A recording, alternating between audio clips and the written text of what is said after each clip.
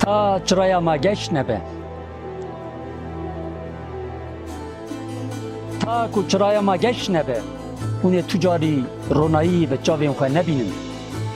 Ta ku em dîl û kola bin, em ê her merkût û nîran, top û zinciran li vekin.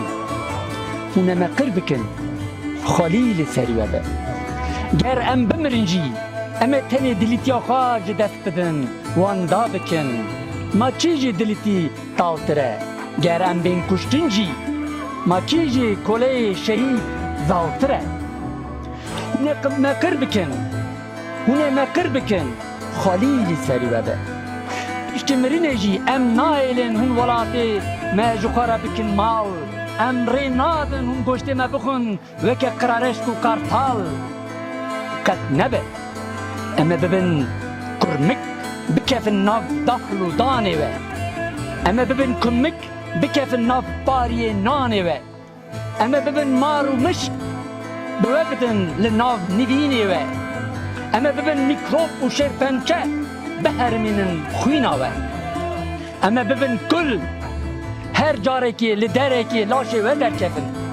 Em ê bibin jan, ji sed aliyên we bi ser we de bên.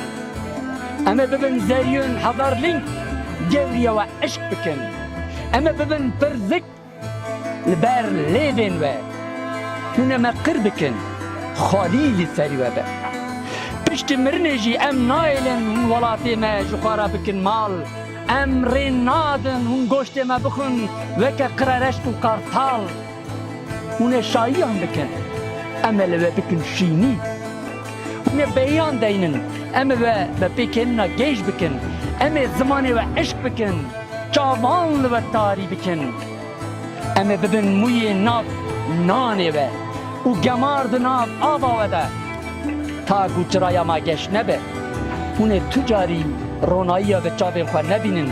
Ta ku em dîl û kole bin, em ê her mêrkût û nîran, top û zinciran li vekin.